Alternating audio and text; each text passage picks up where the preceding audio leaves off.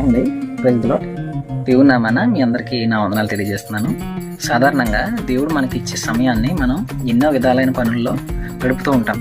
కానీ మనం గడిపే సమయంలో అతి శ్రేష్టమైన సమయం ఏది అని ఒక ప్రశ్నను మీ ముందు వేస్తున్నానండి. మనం గడిపే సమయంలో అతి శ్రేష్టమైన సమయం ప్రార్థనా సమయం అండి. మరొక ప్రశ్నను వేస్తున్నాను. ప్రార్థనా విధానములన్నింటిలోనూ అతి ఉత్తమమైన లేదంటే అతి శ్రేష్టమైన విధానం ఏమిటి? ఏ విధంగా ప్రార్థన చేస్తే మనం దేవునికి అతి చేరువగా అవుతాము, లేదంటే దేవుని యొక్క మనసుని మరి ఎక్కువగా గెలుచుకుంటాము అనే విషయాన్ని ఆలోచన చేయమని ఒకసారి నేను కోరుకుంటున్నానండి. కొంతమంది ప్రార్థన చేసేటప్పుడు కూర్చొని ప్రార్థిస్తారు, లేదంటే నించొని ప్రార్థిస్తారు, లేదంటే అలా నడుస్తూ ప్రార్థిస్తారు, లేదంటే ప్రయాణాలు చేస్తూ ప్రార్థిస్తారు. మరి కొంతమంది అనారోగ్యంగా ఉన్నవారు, లేవలేని స్థితిలో ఉన్నవారు అలా పడుకొని ప్రార్థిస్తారు. మరి కొంతమంది సాష్టాంగ పడి ప్రార్థిస్తారు.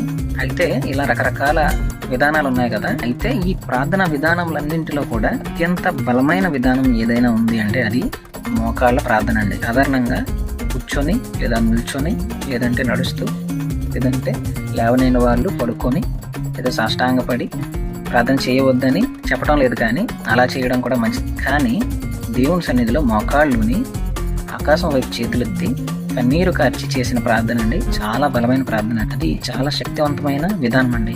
మోకాళ్ళ ప్రార్థన గురించి విలియం కేరీ గారు ఏమని ప్రస్తావించారంటే, మన మోకాళ్ళు నేలను త్రాగితే మన ఆత్మీయ జీవితం ఆకాశాన్ని తాకుతుంది అని ఆయన సెలవిచ్చారండి. బిల్లీ గ్రహాం గారు మోకాళ్ళ ప్రార్థన గురించి ఈ విధంగా చెప్పారండి. నీ జీవితంలో ఎదురయ్యే ప్రతి సమస్యకు పరిష్కారం నీ మోకాళ్ళలోనే ఉంది అని.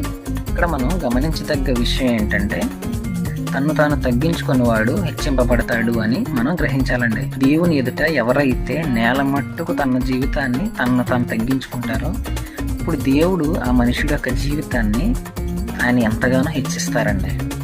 కాబట్టి మోకాళ్ళ ప్రార్థన అత్యంత శక్తివంతమైనది. మోకాళ్ళ ప్రార్థన అత్యంత ప్రాముఖ్యమైనది. రహస్యమందు చూచిన నీ దేవుడికి మోకాళ్ళుని ప్రార్థించండి. నీ గది లోపల నీవు గెలవగలిగితే గది వెలుపల ప్రపంచాన్ని నువ్వు గెలవగలవు. ఆమేన్.